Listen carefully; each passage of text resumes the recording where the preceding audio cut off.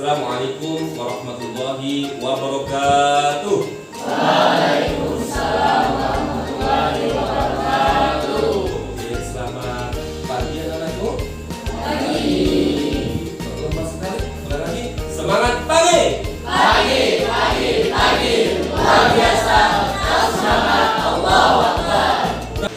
Mengawali kegiatan pembelajaran kita pada pagi hari ini, mari kita baca suratul Fatihah. Semoga kita mendapatkan ilmu yang bermanfaat dunia akhirat. Ila hadhihi wa ala kulli niyatin shalihah lahul Fatihah.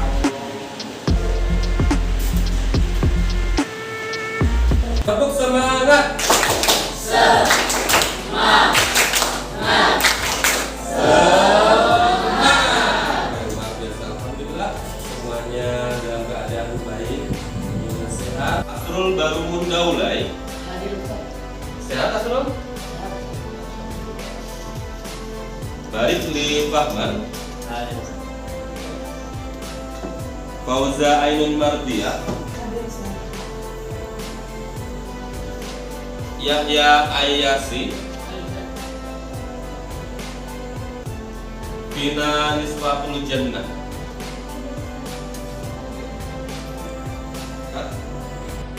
Baik anak-anakku, pada pertemuan sebelumnya kita telah mempelajari Wali Songo, yaitu Sunan Gresik, Sunan Ampel, dan Sunan Bonang. Sekarang saya tanya Asrul,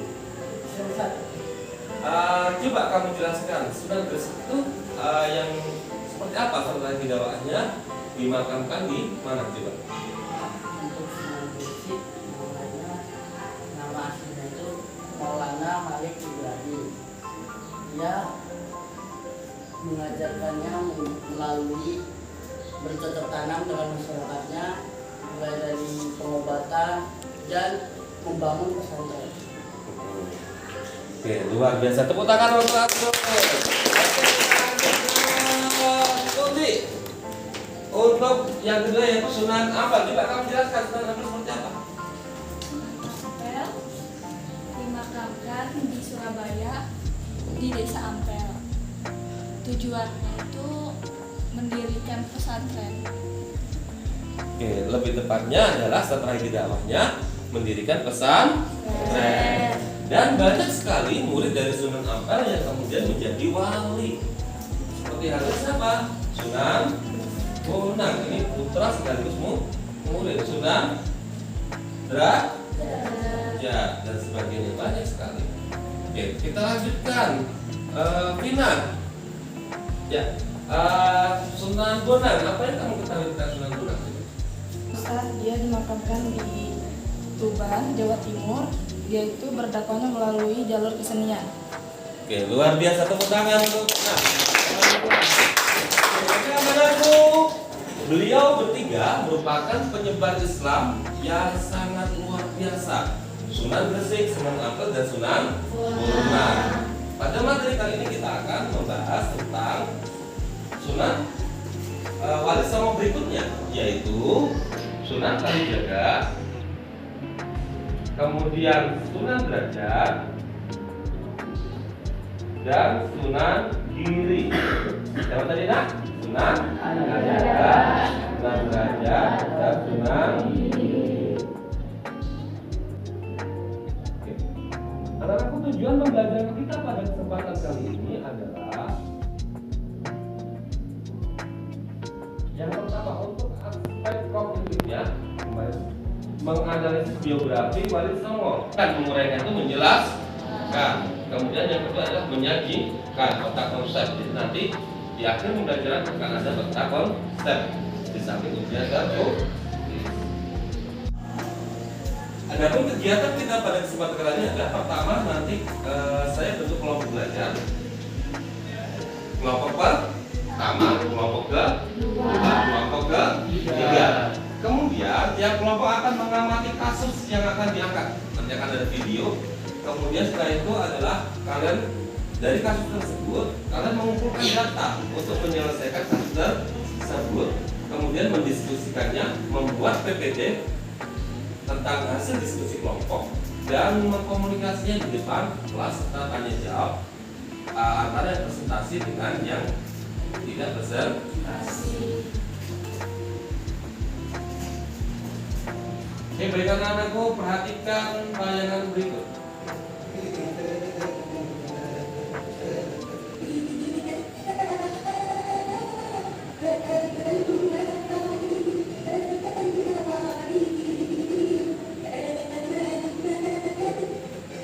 Coba pejam, kalian pejam. Dengarkan suaranya.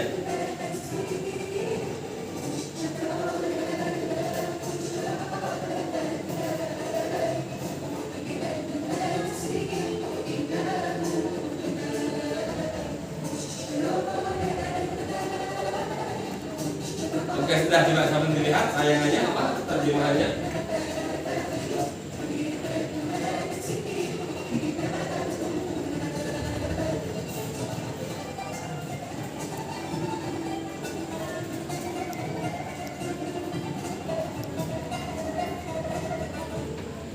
Oke, apa pendapatmu? Baik Puji, apa pendapatmu tentang tayangan tersebut? Tadi pas saya pejam mata itu terdengarnya seperti sholawat Ustaz.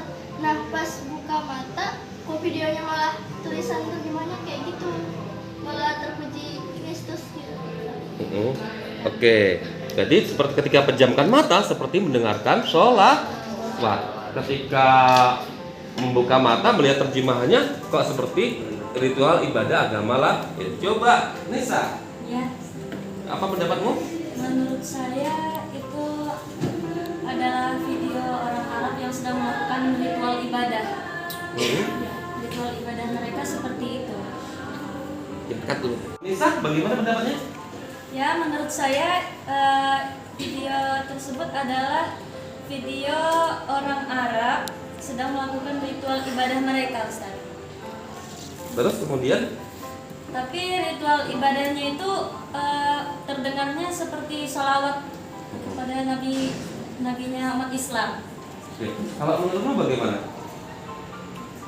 Menurut saya itu karena jadi di Arab itu tidak cuma ada agama Islam, jadi kayak ada agama lain juga, Ustaz, dan ritual mereka seperti itu kedengarannya seperti itu. Oke, baik Ubay. Ubay berkacamata, anak cerdas, soleh. Apa Ubay? Jadi menurut saya mungkin ya karena mereka orang Arab, jadi mereka terdengar seperti sholawat. Dan sebenarnya mereka itu sedang memuji Tuhannya itu. Oke. Ya anakku, menurut kalian benar tidak? Boleh nggak mereka melakukan tersebut? Boleh. Kenapa? Karena mereka bukan umat Islam. Yang kedua, mereka berbahasa Arab. Ya memang bahasa boleh. Oke. Kasusnya begini. Jadi ada orang-orang Indonesia yang beragama non-Muslim, kemudian berusaha untuk merangkul umat Islam melalui teks berbahasa Arab, tetapi isinya adalah ajakan untuk mengikuti ajaran agama tertentu. Kira-kira kalian setuju tidak dengan hal tersebut? Nah, nanti silakan kalian diskusikan. Sekarang kemudian pada pelajaran sebelumnya kita telah membahas tentang Sunan Bonang.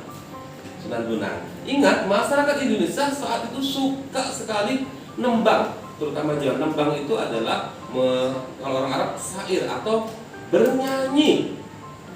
Apa tadi? Bernyanyi. Sampai sekarang budayanya juga masih ada. Orang Indonesia kalau mau menidurkan anaknya, dia akan bernyanyi. Nah, Sunan Bonang juga demikian. Biasanya pada zaman dulu mayoritas umat Islam, mayoritas masyarakat Indonesia saat itu beragama Hindu. Ya, suka sekali akan tayangan cerita Mahabharata. Dalam puji-pujiannya logatnya ya kan, suka apa tadi? Kumpul. Nah, tiba-tiba ada seorang pendakwah, dia logatnya disamakan, kemudian juga berdakwah dengan menggunakan seni, sehingga banyak orang yang itu dilakukan oleh para wali. Kira-kira dua kasus yang pertama dan yang kedua tadi, silahkan kalian analisis bagaimana penerapannya dalam konteks sekarang, bagaimana menyikapi kejadian sekarang tentang hal tersebut. Oke, silahkan nanti didiskusikan. Oke, baik, untuk menyingkat waktu silahkan ini kelompok pertama untuk menata mejanya dan membentuk kelompok diskusi, diikuti oleh kelompok-kelompok yang lainnya. Diskusi kita mulai dari sekarang.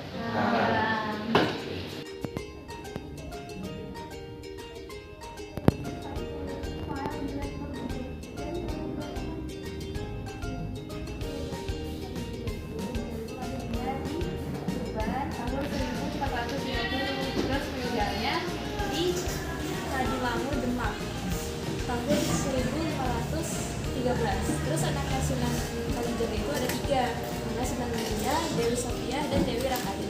Tempat pemakaman beliau itu di Kalijaga, Demak. Terus istri beliau itu adalah Dewi Sarong. Orang tua beliau Temenggung Sembilan Tirta dan Dewi Verna Nira. Ada yang mau ditanyain lagi? Terus sudah jelas? Ya, baik teman-teman. Jadi di sini tuh kita tuh lagi bahas Sunan Giri atau Raden Ainul Yakin. Raden Ainul Yakin yaitu Raden Paku adalah putra dari Syekh Maulana Ishaq menurut Sunan Ampel. Raden Ainul Yakin dan dikenal dengan sebutan Sunan Giri. Sunan Giri merupakan saudara ipar dari Raden Patah dikarenakan istri mereka bersaudara. Raden Ainul Yakin kecil di bawah asuhan seseorang wanita kaya raya yang bernama Nyai Gede Maloka atau Nyai Ageng Kartes. Setelah menginjak dewasa, Raden Ainul Yakin menimba ilmu di pesantren Ampel Denta, Surabaya, milik Sunan Ampel. Di sini ia bertemu dan berteman baik dengan putra Sunan Ampel yang bernama Maulana Makdum Ibrahim. Ketika hendak melaksanakan ibadah haji bersama Sunan Bonang, keduanya menyempatkan singgah di Pasai untuk memperoleh ilmu keimanan dan tasawuf. Pada sebuah kisah diceritakan, Gimana sih strategi dakwahnya Sunan Giri? Jadi yang pertama itu Sunan Giri itu dia tuh mendirikan pesantren di daerah Giri yang kemudian melahirkan dai-dai yang kemudian mereka menyiarkan agama Islam keluar Pulau Jawa. Terus yang kedua, Sunan Giri itu menerapkan metode permainan yang bersifat agamis, diantaranya bola ganti, jamuran, gulungan, jor, dan juga suluk. Jadi biografi Sunan itu Gaya adalah salah satu Sunan Kristiani Songo. Nama ketiga adalah Raden Musim. Kemudian mendapat gelar Raden Said. Sebenarnya diperkirakan lahir pada tahun 1470 Masehi di Surabaya. Dia adalah putra dari Sunan Ampel yang terkenal karena kecerdasannya. Dia merupakan saudara Islam.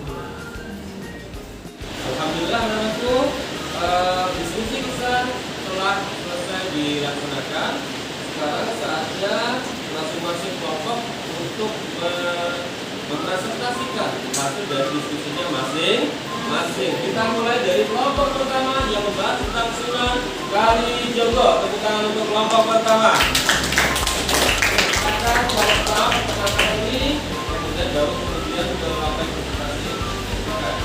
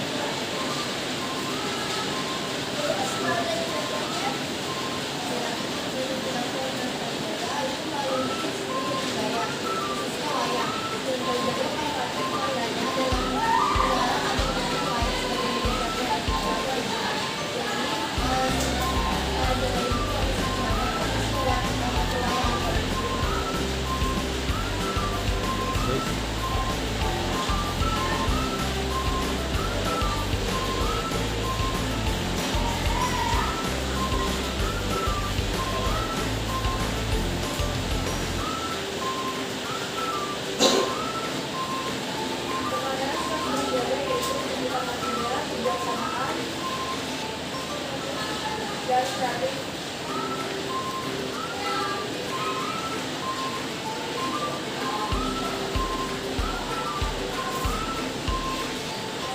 Mengapa strategi dilakukan oleh di era sekarang?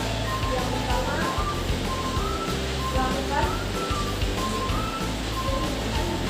budaya lokal, dua kali menyelesaikan keislaman untuk menarik masyarakat. Terus yang kedua itu budaya lokal tersebut tidak bertentangan dengan masyarakat. Yang ketiga, tidak boleh gampang menyalahkan orang yang berbeda. Jadi strategi dakwah itu nggak maksa orang buat pilihan. Jadi kalau dia beda, kemudian presentasi dari kami. Kalau mau mohon maaf, Assalamualaikum warahmatullahi wabarakatuh. Oke, anak-anak ada. Oke, kita beri aplaus dulu untuk kelompok pertama.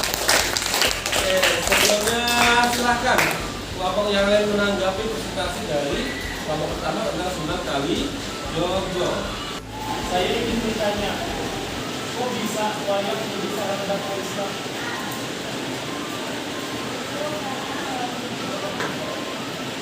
Dan kalian itu mereka kita ini dan dari juga namun diubah ke kita keislaman. Jadi dari masuk Nabi Adam. Terus kalau misalnya ada pertunjukan wayang nih, nah itu tiket masuk nontonnya itu pakai 2 kalimat syahadat. Jadi orang ini baca 2 kalimat syahadat, habis itu baru boleh nonton. Jadi kayak gitu. Ya, alhamdulillah luar biasa kelompok pertama. Kita beri aplausnya untuk kelompok pertama. Lanjut kelompok yang kedua, yaitu tentang Sunan Giri. Ya, silakan maju ke depan kelompok yang kedua. Assalamualaikum warahmatullahi wabarakatuh. Waalaikumsalam warahmatullahi wabarakatuh. Jadi kami di sini ingin mempresentasikan hasil diskusi kami tentang Sunan Giri. Yang pertama ada biografi tentang Sunan Giri, yaitu nama aslinya Raden Paku Blambangan. Lahir di Blambangan, Banyuwangi tahun 1442. Wafat di Desa Giri, Distrik Jawa Timur pada tahun 1500.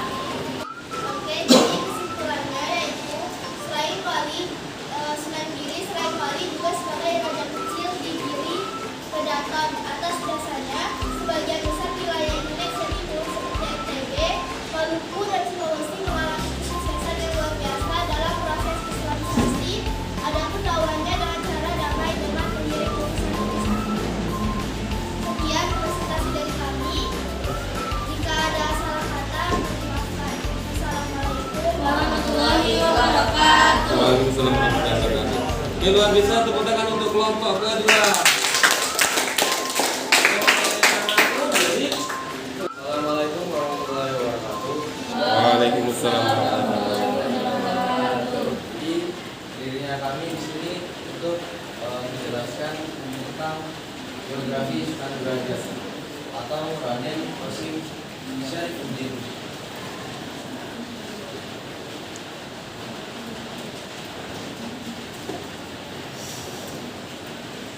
Oke, kita mulai dari biografinya, yaitu asal usul. Di sini ada 4 konsep. Itu di biografi ada asal usul dan wafatnya. Terus di strategi dakwahnya ada pernikahan dan pendidikan.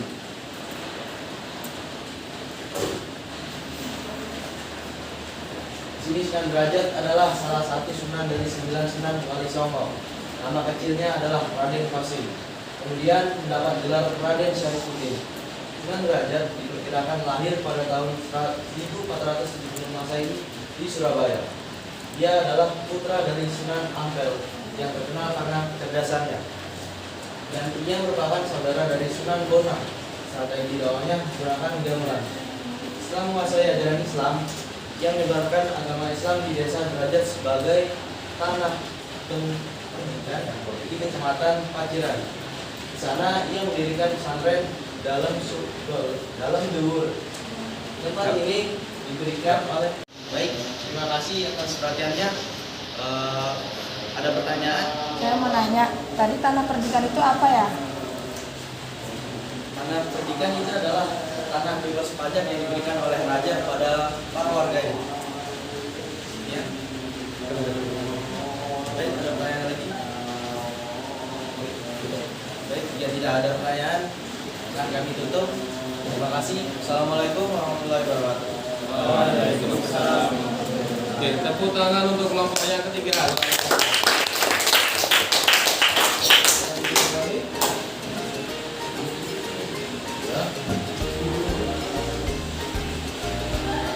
Sekian itu alhamdulillah luar biasa kelompok yang tampil dan mengkomunikasikan apa yang didiskusikan. Untuk itu mari kita simpulkan bersama-sama. Jadi strategi dakwah yang dipilih oleh Sunan Kalijaga adalah bagaimana melalui jalur melalui media apa? Terus yang kedua media lagu atau tembang melalui jalur kesenian. Salah satunya pula Sunan Kalijaga itu menggunakan tembakar kemenyan yang dulunya digunakan oleh umat agama Hindu sebagai sarana pemujaan terhadap dewa.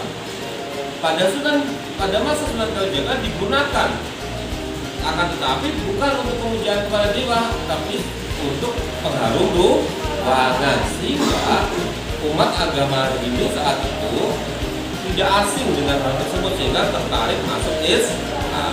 Untuk Sunan Giri, apa kesimpulannya anakku? Dia pakai cara dengan mendirikan pesantren, terus sama jalur kesenian. Oke, Sunan Giri salah satunya adalah mendirikan pesantren. Ada di samping itu Sunan Giri juga mendapatkan suatu wilayah yang mana dia berhak mengelolanya sendiri. Kalau sekarang seperti kabupaten. Jadi punya seperti sistem pemerintahan sendiri. Oleh karenanya wilayah Giri disebut juga dengan Giri Kedaton. Dan para murid-murid Sunan Giri sukses dalam mengislamkan wilayah Indonesia Timur. Oke, untuk Sunan Derajat merupakan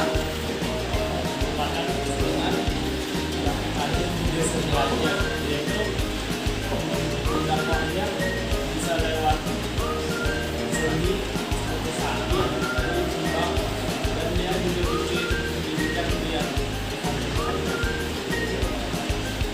jadi Sunan Derajat merupakan putra dari Sunan Ampel, saudaranya Sunan Bonang, juga berdakwah melalui jalur damai, melalui kesenian, luar biasa.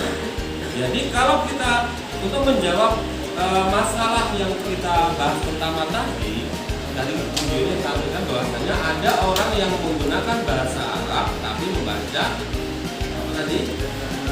Membaca lagunya seperti lagu Selawat. Kira-kira kalau kalian temui hal semacam itu, kalian marah nggak?